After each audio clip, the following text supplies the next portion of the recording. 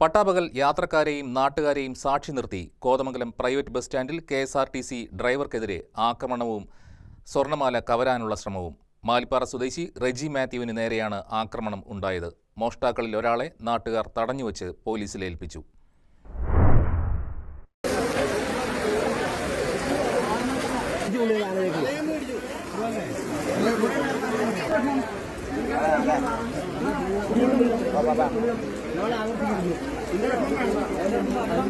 തിങ്കളാഴ്ച ഉച്ചയോടെയായിരുന്നു സംഭവം. Private bus സ്റ്റാൻഡിൽ നിർത്തിയിട്ടിരുന്ന KSRTC ബസിന്റെ ഡ്രൈവറായ മാലിപ്പാറ സ്വദേശി റെജി മാത്യുവിന് നേരെയാണ് ആക്രമണമുണ്ടായത്. നടന്ന സംഭവം റെജി മാത്യുവിന്റെ വാക്കുകളിൽ തന്നെ നമുക്ക് കേൾക്കാം.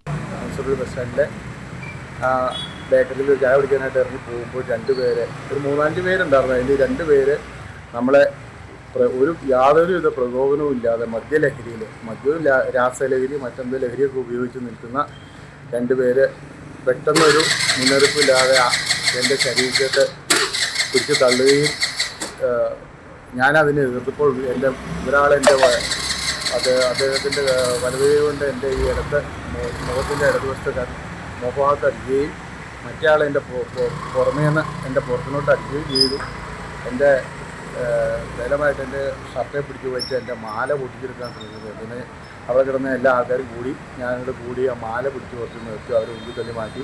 ഉടനെ പോലീസിൽ അറിയിച്ചു. പോലീസ് വന്ന് അതിൽ ഒരാളെ കസ്റ്റഡിയിലെടുത്തു. മറ്റേ ആളുടെ ഫോട്ടോ, 2 പേരുടെ ഫോട്ടോ എൻ്റെ മൊബൈലിൽ ഞാൻ എടുത്ത കാരണം മറ്റേ ആളുടെ ഫോട്ടോ വെച്ച് പോലീസുകാർ അന്വേഷിച്ച് രണ്ടാമത്തവനെ അവർ എത്രയും വേഗം പോലീസ് പിടിച്ചെടുത്തു.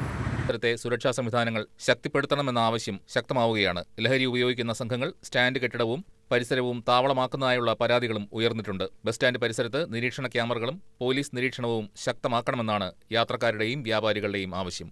News desk KCV news.